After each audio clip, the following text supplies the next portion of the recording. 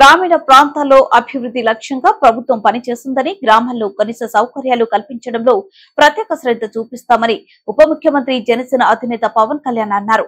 తాను తీసుకున్న శాఖ తాను ఇష్టంతో తీసుకున్నానని, గ్రామీణ ప్రాంతాల్లో నివసించే ప్రజల కష్టాలు తెలుసుకున్నానని, అందుకే ఈ శాఖ తీసుకున్నారని పవన్ కళ్యాణ్ అన్నారు. ఇప్పటికీ చాలా ప్రాంతాల్లో తాగడానికి మంచినీళ్లు కూడా లేవని తన పర్యటనలో అనేక మంది తన దృష్టికి తీసుకొచ్చారని పవన్ కళ్యాణ్ గుర్తు చేశారు. అరకుకి వెళ్తే అక్కడ ఒక గిరిజన మహిళ నాకు కనిపించింది.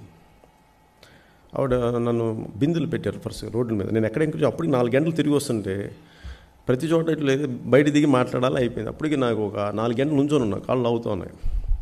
ఇంకొక 2 గంటలు 6 గంటలు అయిపోయిన తర్వాత తిరిగి వస్తుంటే దారిలో బిందులు పెట్టేసింది రోడ్డుకి అడ్డంగా. సరే నేను దిగాల్సి వచ్చింది. చూస్తే నన్ను పవన్ కళ్యాణ్ నేను దిగాను.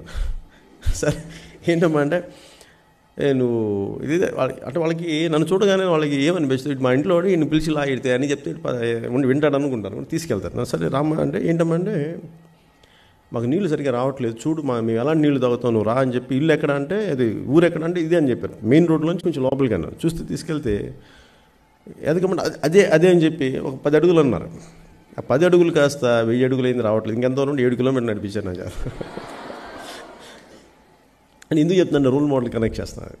వెళ్ళి లోపలికి వెళ్తున్నప్పుడు పాపం ఒక 70 ఏళ్ళు ఉండే ఆవిడికి. లోపలికి వెళ్తే ఊరంతా తిప్పారు. ఆ మట్టి ఎలా ఉందంటే జారిపోతుంది, ఎగుడు దిగుడు మధ్యలో జారిపోతుంటే నేను అన్నాను, నేను ఇంకా 2-3 సార్లు పడబోయాను. ఏమ్మా మీరు పడరా అంటే ఇంకా వర్షం లేదు ఆ రోజున.